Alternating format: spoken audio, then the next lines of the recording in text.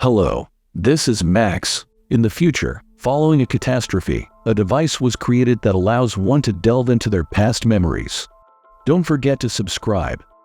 The narrative unfolds in Miami, Florida, in the near future, where the devastating impacts of climate change have resulted in extensive flooding and scorching temperatures. Miami has transformed into a mere semblance of its former self, with residents compelled to conduct their affairs during the cooler nighttime hours due to the oppressive heat.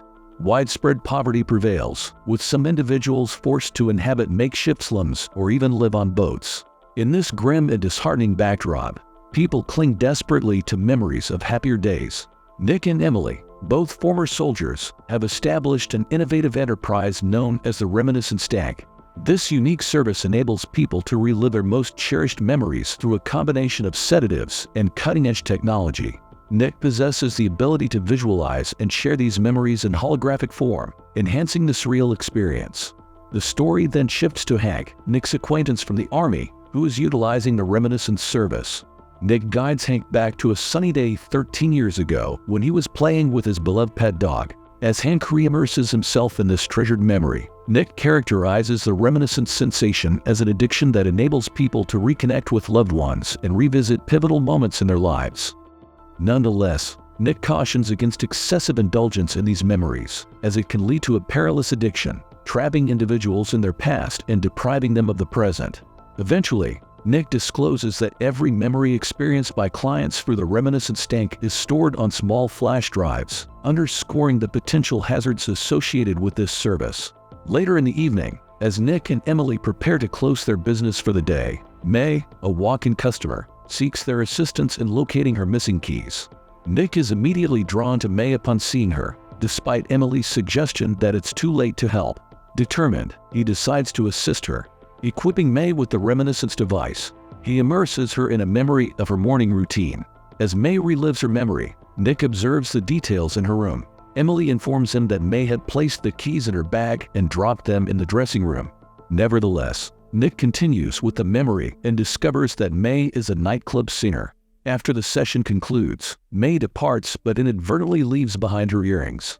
The following night, Nick visits the same nightclub depicted in May's memory with the sole intention of returning her earrings.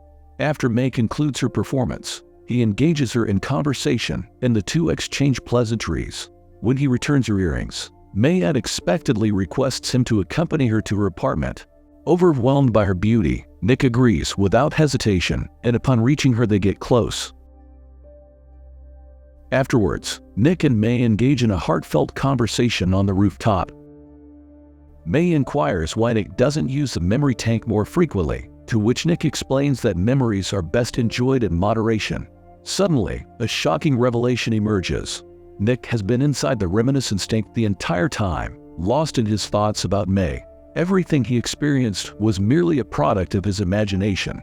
Emily attempts to bring him out of the tank, but Nick remains fixated on his dream girl. It comes to light that May mysteriously disappeared several months ago, and now Nick is using the Reminiscence Tank repeatedly in a desperate attempt to uncover her whereabouts.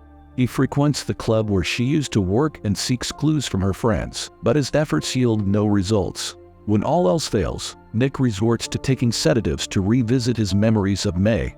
One day, Nick is abruptly awakened by loud banging on his front door. Irritated and groggy, he angrily confronts the person on the other side, only to find no one there, just a pair of earrings lying on the ground. Nick recognizes the earrings as belonging to his ex-girlfriend May and shares this discovery with Emily. However, she dismisses it, suggesting that the earrings might have been there for a while.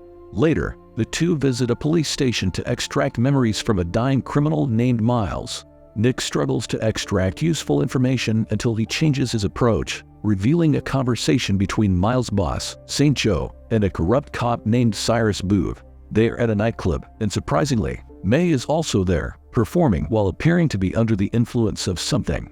As the memory unfolds, Nick learns that May had stolen a bag of substances from St. Joe and subsequently fled. The following day, Nick travels to New Orleans and attempts to gain entry to St. Joe's club using a fake name. Unfortunately, Joe sees through his deception and orders his men to beat Nick.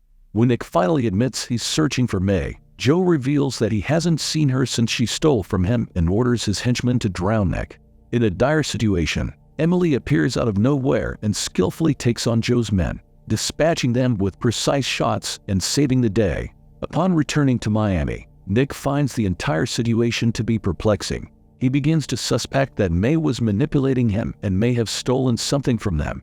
Emily dismisses his paranoia, but Nick reminds her of their last encounter with May. He then suggests that they both enter the reminiscence tank to investigate the matter further.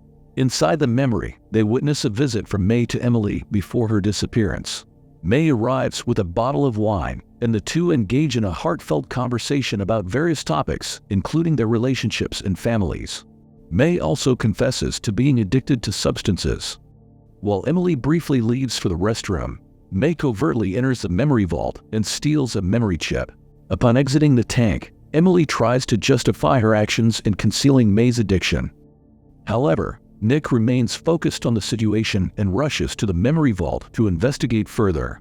After a thorough search, he discovers that the memory chip of a young woman named Elsa Carini is missing. It turns out that Elsa, a regular client, had also disappeared some weeks ago. The next day, Nick goes to a floating market in search of Elsa but receives the shocking news that she is dead.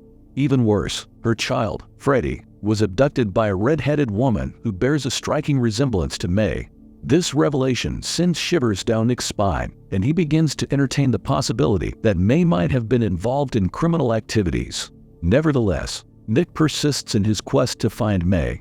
However, his determination leads him into an ambush inside an abandoned house, where he is brutally attacked. His assailant warns him to forget about May or face dire consequences. Following the attack, Nick returns to his office and immediately re-examines his memories for clues. Upon closer inspection, he discovers that his attacker is none other than Cyrus, the corrupt cop who worked for St. Joe. To gather more information about Cyrus, Nick and Emily hurry to the police station but are met with a large crowd gathered outside. They learn that Sylvan, the wealthiest businessman in town, has recently passed away, leaving behind his widow, Tamara, and their son, Sebastian. When Nick spots Tamara, he recognizes her as a former client of the reminiscence tank.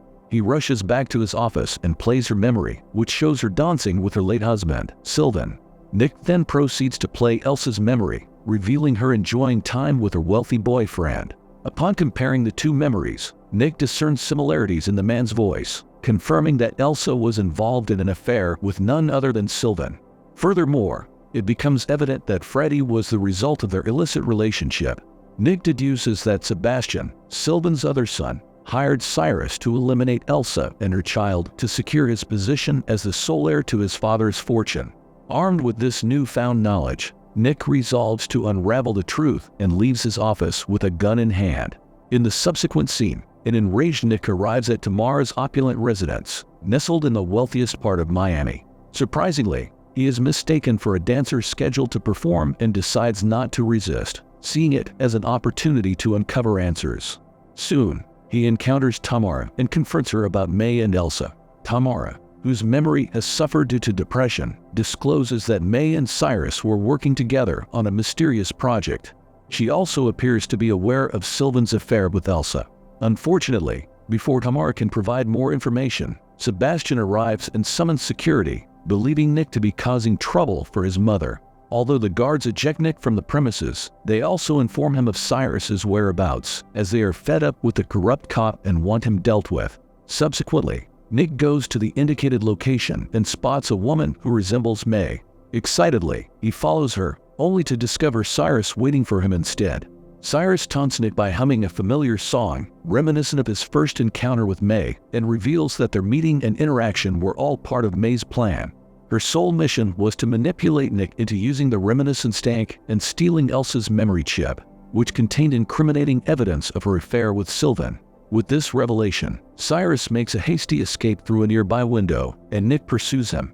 A heated brawl ensues, with Nick and Cyrus engaging in a relentless struggle that takes them through scorching sunlight and underwater depths. Ultimately, it is Nick who emerges victorious in this brutal confrontation. He subdues Cyrus, takes him to his office, and places him inside the reminiscence tank, determined to extract the truth from the corrupt cop. In the corrupt cop's memories, a devastating truth unfolds. May's relationship with Nick was founded on deception. She was, in fact, working for Cyrus and feigned interest in Nick to execute a carefully crafted plan. May went to great lengths, even meeting Nick's friends, to gather information about him and gain his trust. This revelation leaves Nick stunned, as he had believed May to be his soulmate for all those months. However, another memory reveals that it was Cyrus who murdered Elsa. May witnessed the gruesome act and immediately fled with Freddy to an undisclosed location. When Nick questions the circumstances of his last meeting with May, Cyrus recalls a memory in which he encountered her outside Nick's office while she was knocking on the door. He forcibly dragged her away, and during the struggle, May dropped one of her earrings. Nick, filled with anger, presses Cyrus for details about what he did to May. Cyrus remembers assaulting her and using substances to extract information about Freddy's whereabouts. Surprisingly, May's image appears on the hologram, speaking to Nick through Cyrus's memories. She professes her love for him while hinting at Freddy's hiding place. May had always known that Nick would capture Cyrus, which is why she left a secret message for him.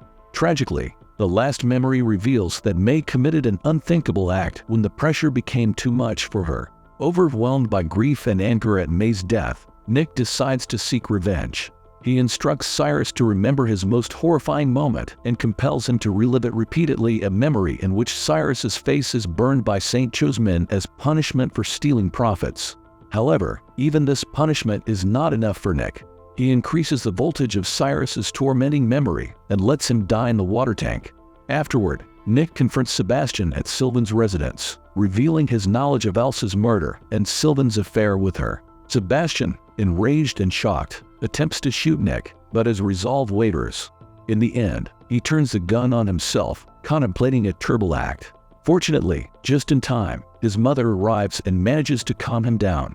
With the situation resolved, Nick visits Emily and confesses to his crimes, narrating the entire story of May, Cyrus, and their web of deception.